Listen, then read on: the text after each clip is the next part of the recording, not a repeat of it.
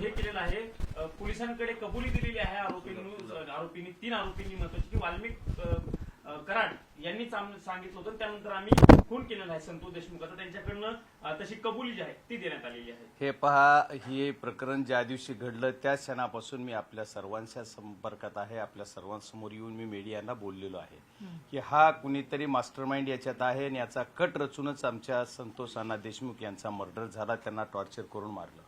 हा जसे जसे काही दिवस जाते तसे तसे बरेच काही गोष्टी समोर आल्या गेल्या. 29 नोव्हेंबरला ज्या दिवशी खंडणी मागितली त्याच दिवशी वाल्मिक कराड आणि त्यांची टोळी केजमध्ये एका कॅमेरेमध्ये कैद झालेली, त्याच्या अनुषंगाने तपासाचे सूत्र हल्ले गेले. सीआयडीकडे सुद्धा बरेच त्याचे काही आले.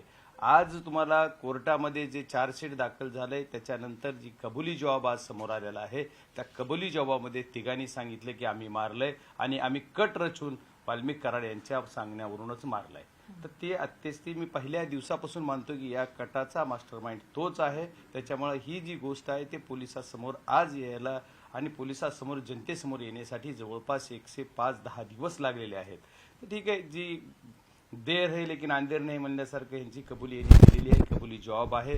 तर आपण सर्वांनी, माध्यमांनी सुद्धा हा प्रकरण लावून धरलं, जनतेने लावून धरलं, आम्ही सर्व लोकप्रतिनिधींनी लावून धरलं. त्याच्यामुळे याचा शेवट या संतोष अण्णा देशमुख यांच्या मारेकऱ्याला फाशी, जे जे गुन्हेगारी आहेत त्यांना त्याच्यामध्ये सजा, आणि जे कोणी आणखी सहआरोपी आहेत, ज्यांनी यांना पळून जायला मदत केली, ज्यांनी पैसे पुरविले, ज्यांनी गाड्या पुरविल्या, अशांना सुद्धा सहआरोपी केलं पाहिजे.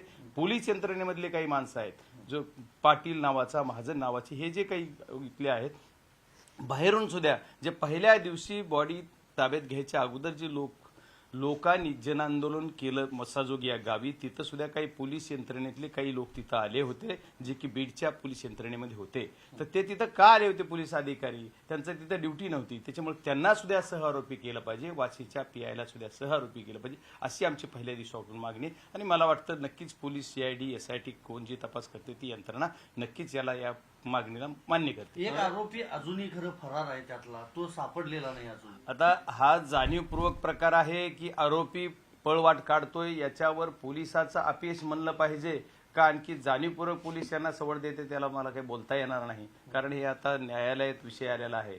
या सर्व गोष्टीचा विचार केला तर बघा, कोणते प्रयागराजला ते खोक्या पकडला, मग हा कृष्ण आंधळे कसा सापडत नाही, हा पण संशयाचा विषय आहे की खोक्याला प्रयागराजला पकडला, तुम्ही त्याचं कौतुक केलं आम्ही, पण तुम्ही जर हा कृष्ण आंधळे आणखी सापडत नाही म्हणता, तर याच्या बाबतीत पोलिसाचं, सीआयडी, एसआयटीचं अपयश आहे. दुसरा मुद्दा यातला जर विचारायला गेलं तर आता तिघांनी कबुली जबाब दिलेला आहे. तुम्ही देर है अंधेर है म्हणताय, आता सुरुवात आहे ही, पुढे आणखी कुणाकुणाचे काय काय गोष्टी समोर येऊ शकतात? नाही, हे आज फक्त जॉबामध्ये त्यांनी दिलेला जॉब तुम्हाला पब्लिश झालेला आहे. त्या जॉबामध्ये त्यांनी म्हणलेलं आहे की तिघांनी कबुली दिली, असं तुमच्या माध्यमातूनच मला कळतं की त्या तिघांनी जॉब दिलेला आहे की आम्ही मारले आणि यांच्या सांगण्यावरून मारले.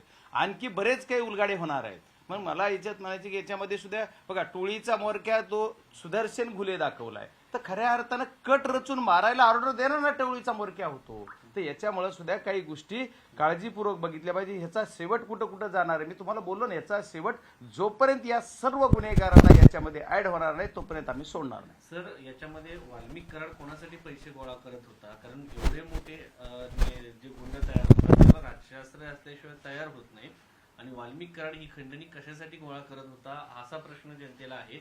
आणि या मागचे लोक कधी समोर येतील का? नाही, हे बघा, ही तपास यंत्रणा, आपला कायदा, याच्यावर न्यायव्यवस्था, याच्यावर भरोसा ठेवणारा आणि त्यांना मानणारा आपले लोकशाही आहे. लोकशाही पद्धतीने आपण या मार्गावर भरोसा ठेवला पाहिजे, विश्वास ठेवला पाहिजे. आणि हा वाल्मिक कराड जो पैसे गोळा करायचा, त्यांनी गोळा केलेले पैसे कुणाकुणाला किती देत होता हे तर नक्कीच असेल, त्याच्याबद्दल मला शंका नाहीये. पण त्यांनी स्वतःच्या सुद्धा प्रॉपर्ट्या एका पत्नीच्या नावावर, दुसऱ्या पत्नीच्या नावावर, आणखी किती कुणाकुणाच्या नावावर केलेल्या आहेत. असं तुमच्या सर्वांच्या मीडियाच्या माध्यमातून मी बघितलं की जवळ 2000 कोटीची प्रॉपर्टी त्याची इंडियामध्ये झाली. आणि एवढंच नाही तर इंडियाच्या बाहेर सुद्धा आहे का काय, याचा सुद्धा आणखी काही यंत्रणेला तपास करायचा आहे. म्हणजे ही सगळी माया त्यांनी स्वतःसाठी सुद्धा खर्च केली. याच्या स्वतःच्या अकाउंटून किती लोकांना पैसे जात होते, कोण्या पक्षाचे कोण कोण कार्यकर्ते होते, कोण्या पक्षाचे कोण कोण नेते होते, कोण पब्लिक म्हणून होतं, कोण गुंडाराज करणारे लोक होते, या सर्वांचा याच्यात सामील झाले पाहिजेत आणि यांना सुद्धा कायद्याच्या चौकटीमध्ये त्यांना शिक्षा झाली पाहिजे. सर, वाल्मिक कराडच्या प्रॉपर्टीवरती बुलडोजर चालायला पाहिजे, कारण बाकी सगळ्या ठिकाणी बुलडोजर चालतो, याच्या प्रॉपर्टीवरती मला हेच म्हणायचंय की बघा, प्रयागराजला खोक्या पकडला, आता काय काय म्हणजे सगळ्या गोष्टी ह्याच्यात त्याचं घर पाडलं गेलं, त्याचं म्हणजे जी की 20-25 वर्षानं ते अनाधिकृत का असत नाही, मला त्याच्यावर माहिती नाहीये, पण अनाधिकृत असताना सुद्धा त्याचं घर पाडलं गेलं. तर मग यांनी जर एवढी आम्हा प्रॉपर्टी जमवलेली आहे, ही प्रॉपर्टी कमीत कमी सील तरी केली का? फक्त गाड्याची चर्चा झाल्यानंतर गाड्या काही ताब्यात घेतल्यात असं कळतंय. ती सुद्धा बघा, त्यांच्या गाड्याला सुद्धा कव्हर बिवर लावून ठेवल्यात मस्त. म्हणजे आता काय माहित नाही मला, ही सगळं आता खूप वेगळं पद्धत आहे.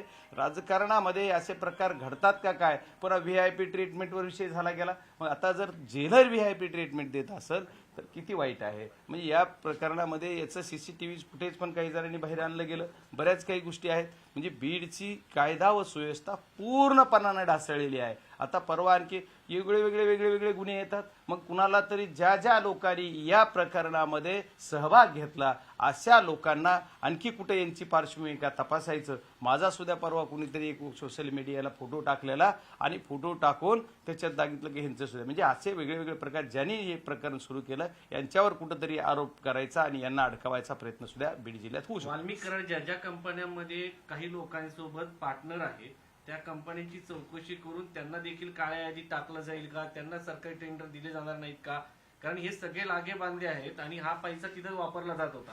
हे पहा, वाल्मिक कराड जे आहे ते वाल्मिक कराडांचं ज्यांच्यासोबत पार्टनरशिप डीड असेल किंवा कुठल्या कंपनीत ते डायरेक्टर असतील, त्या सर्व कंपन्याची चौकशी यंत्रणेनं केली पाहिजे.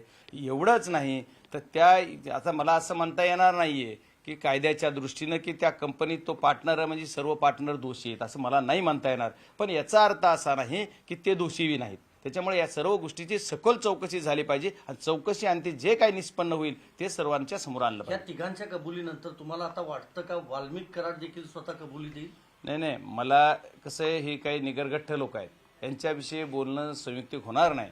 पण ज्या दिवशी काही लोक यांच्या या 29 तारखेच्या फुटेजमध्ये असणारे जे लोक या सुदर्शन घुले आणि आंधळेला पकडायसाठी किंवा आणून ताब्यात देण्यासाठी सरेंडर होण्यासाठी ते प्रयत्न करीत होते, याचाच अर्थ असा कुठंतरी होता की याच्यामध्ये काहीतरी शिस्त आहे. यांच्या मनात असं होतं की यांना कबुली जॉब द्यायला लावायचा आणि वाल्मिक कराड यांना सोडायचं.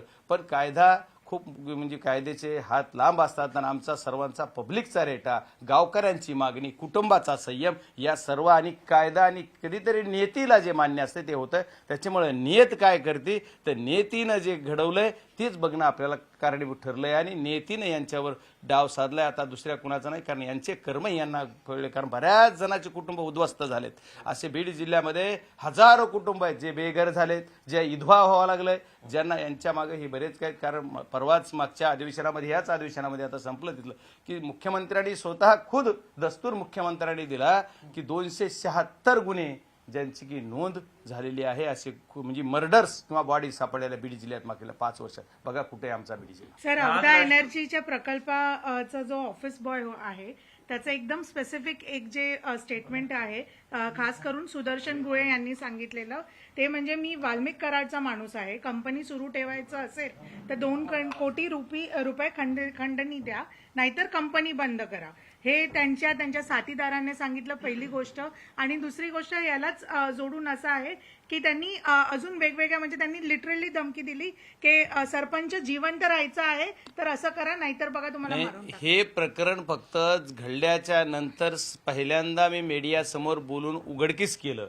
असे एवढे अनेक प्रकार आहेत, अनेक घटना आहेत. महादेव मुंडेंचं प्रकरण आहे की त्या आंधळींचं मागच्या एक प्रकरण आहे ज्याच्यामध्ये हे 307चे आरोपी होते.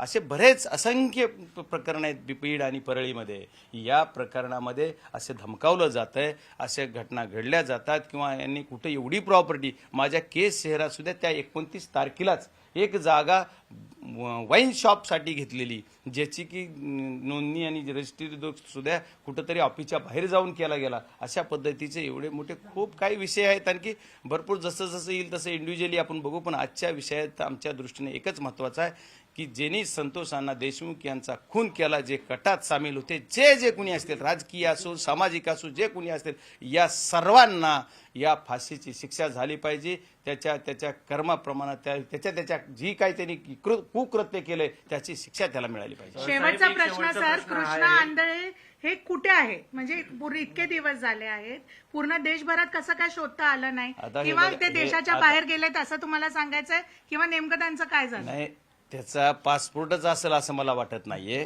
त्याच्यामुळे मग? त्याच्या देशाच्या बाहेर जाण्याचा विषय नाही येणार, कारण या देशामध्येच तो असला पाहिजे. यानेच कुणी लपवलाय का, तो खरंच सापडत नाही का, काय आहे? कारण तो बघा, जेवढे मारायचे फोटो आहेत, व्हिडिओज आहेत, त्यानं शूट केलेत, त्यांनी स्वतःही शूट केलेत, आणि तो खूप क्राईम लेवलचा माणूस आहे. त्याचं स्टेटस ठेवणारे लोक काही आणखी खाली आमच्याकडे भेटतात. मैंदवाडी नावाचं गाव आहे तिथं, किंवा आमच्या तरुणाईच्या गायकवाडाला काही टेटस काय तो बघतोस, आमच्या ह्यांचंही काय बघतो, याच्यामुळे मारलेलं, म्हणजे असे भरपूर प्रकार आहेत. आणखी हे थांबले वाटते का तुम्हाला? आणखी हा प्रकार चालू आहे. आणखी सुद्धा यांना वाटतंय की आमचा बाप तो बाप रहेगा, काय काय पोस्टर आहेत. आणखी सुद्धा हे लोक बाहेर येणार आणि आमचं नेतृत्व करणार, पिक्चर स्टाईल यांना वाटतंय. पण याचा पिक्चरच्या शेवटच्या 5 मिनिटात जसा शेवट होतोय तसा याचे शेवट व्हावा अशी आमची अपेक्षा आहे. शेवटचा प्रश्न, राष्ट्रवादी काँग्रेसची आज बैठक आहे, त्या राष्ट्रीय कार्यकारिणीमध्ये या सगळ्या प्रकरणासंदर्भात काही ठराव येईल का? कारण बीड असो, परभणी असो, या सगळ्या प्रकरणावरती काही चर्चा होईल का? बघा, पक्षीय संघटनेचं काम हे